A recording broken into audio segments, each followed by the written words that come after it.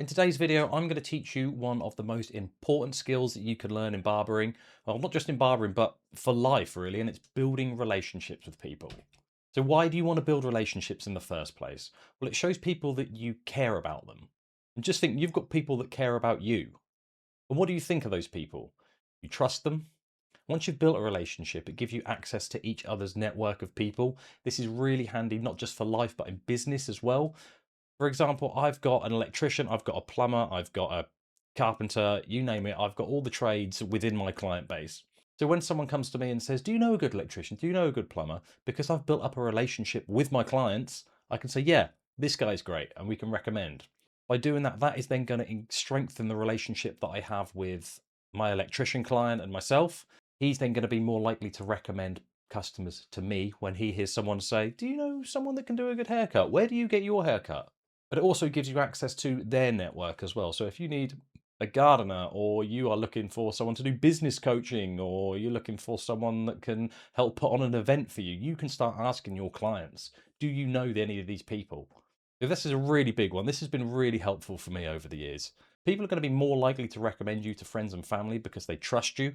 And also it builds trust, not just with the haircuts that we give people, the things that people are willing to open up to you about. You always hear that barbers and hairdressers are a cheap form of therapy. Kind of gets joked about, but it's very true. And if people trust you, it's also going to make people feel much more comfortable opening up to you, sharing their problems and lightening their mental load. Okay, so it all starts the second someone walks through the door. So you need to say hello to every single person that comes through the door of your shop. I don't care if that's a client. I don't care if that's one of the barber's mums bringing them in lunch. If it's the Amazon delivery guy, every single person that walks through that door, say hello to them. It makes them feel welcome into the space and less awkward when they come into the shop. If it's your client, when you're ready to cut their hair, shake hands with them and make eye contact. Even if it's a client I've been doing for a lot of years, I'll always shake their hand. If it's a new client, shake their hand and say, hello, my name's Elliot. Well, obviously, if your name's not Elliot, don't say that. Shake your client's hand and make eye contact. It's a great way to introduce yourself, and it shows them that you're confident. And by showing them that you're confident, it's going to fill them with confidence that you're going to be able to give them a great haircut and provide them a good service. Offer them a drink when they come in if you've got the means to do so. Going to make them feel relaxed, make them feel a little bit more at home. And it's a great way to start the service. If someone's feeling chilled out before they get in the chair, you're off to a great start. Make sure you use their name. Nowadays, most of us are running by bookings. So when people have made an appointment, you can normally see their name. People love hearing the sound of their own name.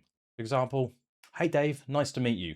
And by you using their name, it's going to solidify their name in your mind. People in my shop are always saying how good I am with people's names and say, oh, I don't know how you do it. And this is exactly how I use clients' names. When someone walks out the door, see you, Steve, nice to see you, mate. Even if it's someone else's client, I will make an effort to remember their name. Just a little side story, we've had a client which has come from a different shop in the area, said that they left that shop because the person that had been cutting their hair for over a year never remembered them and didn't know their name. Use their name because it will make them feel remembered. Obviously, introduce yourself. Don't just say, hello, Dave, come and sit down. You say, hello, Dave, my name's Elliot, nice to meet you. With that eye contact again, come and take a seat, please. And the last one, super easy, but I see so many people forgetting to do it. Just smile. Smile at people. It's much more pleasant when you're smiling, and you've got to remember that we are offering people a service here. Service with a smile.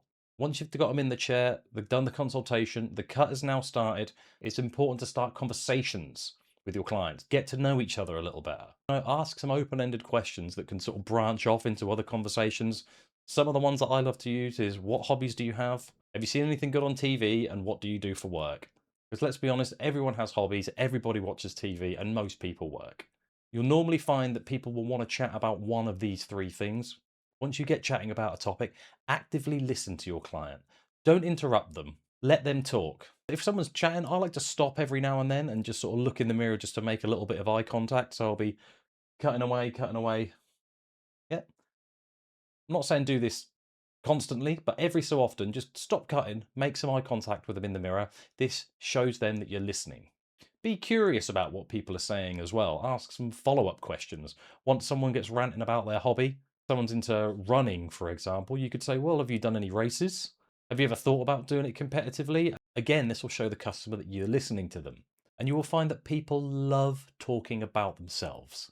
If you think about it, it's the one topic that we could probably talk for the longest on because we're with ourselves 24/7. We like to tell people about our lives, we like to share our accomplishments. I always describe having a conversation with clients as chucking a dog a bone every now and then. So let someone talk. Once they finish talking, ask some more questions, like chucking another bone. Let them keep talking about the things that they're interested in.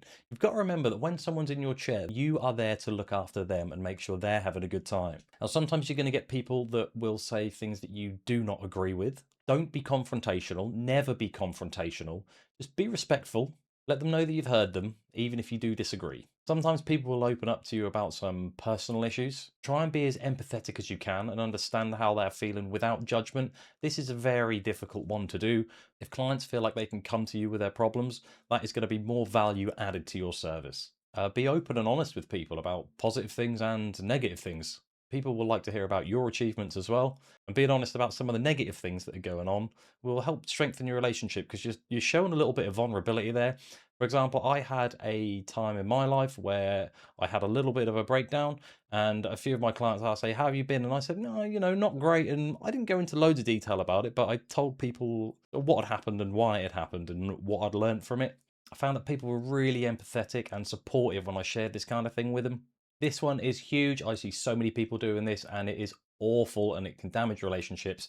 Do not gossip about other clients and barbers. We've all seen it in the shops and had a new client come in and they start picking up the hair. God, mate, where did you get this cut? This is tragic, blah, blah. Don't do that because you don't know if the barber that they normally use is on holiday and they've come to you for a one-off cut, maybe. Their regular barber may have even recommended you for their client to see you while they're away. And don't talk about other clients. Don't air out people's dirty laundry. Don't just be like, oh, mate, I just had that guy that walked out there. He was telling me he was getting divorced from his wife. That is awful because how is that going to make the client that's sitting in your chair feel? They're going to think, well, I don't want to tell this guy anything because he's going to go and gossip. And that is damaging to a relationship. That's not going to build it up. So just moving on to a bit of presentation in ourselves now. Look professional in the way that you dress. I just like to wear all black all the time. I've got black trousers, black t-shirt, nice and plain, no big logos across the front because it's consistent and professional. Imagine if you went into a lawyer's office, for example, and they were sitting there in tracksuit bottoms. Are you gonna trust that person? Are you gonna want to have a relationship with them as a professional? No, probably not. If you go into a restaurant and you can see a chef sitting there in his flip-flop shorts, vest and a straw hat, you're probably not going to want to eat in there because that guy doesn't look like he knows what he's doing. Have your station and your tools clean. When a client sits down, they can see everything that is on your station. And if there's hair everywhere and the tools are looking grubby, it just doesn't look professional. I always compare this to being sat down in a restaurant. So you've gone in and they say, yes, sir, come over here and sit at the table. And there's still little bits of food everywhere from the last customers. There's like maybe a dirty knife and fork that they forgot to pick up. You're probably not going to trust that restaurant to cook your food, are you? And our personal hygiene needs to be in check as well. Make sure you've got some deodorant on. I know this is super simple and most of you probably do it. And make sure that your breath doesn't smell either. We're in people's personal space a lot as barbers, right next to people's heads. If you're doing like a beard trim or a mustache trim, we're getting pretty face to face with people. So make sure you've got some deodorant on. Don't chew chewing gum because when you're cutting people's hair, people don't want to hear in their ear constantly. So just use some breath mints. Right, the cutting and styling side of things, make sure that you're doing a thorough consultation. I hear so many barbers sit someone down. So what we do, mate, they just say short back and sides, bit off the top. Yep, cool, no problem. A lot of clients don't understand the terminology. When someone says a taper fade or a high fade, texture on the top, always repeat back to the client what that is. Because I've done this before. A client has explained to me what they want. I've done exactly as I've asked in the consultation, but they've had something completely different in mind. So make sure that you're both singing from the same hymn sheet. Make sure that you both know what you're going to do before the cut even starts. And be accommodating to some clients' needs. Like some people don't want thinning scissors. Even if they've got really thick hair on the top, they might want to keep the thickness, even though it could maybe do with a bit of thinning out. At the end of the day, the client is the one who's going to have to walk around with the hair and feel it all the time. I've had some outrageous requests from clients that haven't looked great, but they've been happy and that's what they've wanted. So yeah, let's just make sure we're being accommodating to our clients. Use your knowledge of hairstyling so they can recreate the style themselves at home. Because we all know that product can do a lot to hide up a bad haircut. It can often look good once that walks out the shop, but they're not going to be able to recreate it at home. Educate the client on how they can recreate it at home, and just use all of your skills to the best of your ability. I know we're constantly learning and constantly evolving as barbers, but just demonstrate your skills to your clients. Share your knowledge with them, and that is going to strengthen the relationship between you. Just to wrap things up, a quick recap: do all of these things as consistently as possible. I know that all little 1% improvements, but they will all add up over time. Make sure you're building relationships with the right people as well. If there's someone that you're just getting some bad vibes from, or you're not really clicking too well, try not to force that if it's not happening naturally. And I managed to do this, so I'm a big believer that anybody can do it. It really isn't difficult, but these things that I've shown you are the most important skills that you can develop as a barber. What techniques and tools do you use to build relationships with your clients? If you're having trouble attracting clients to your chair, you should check out this video.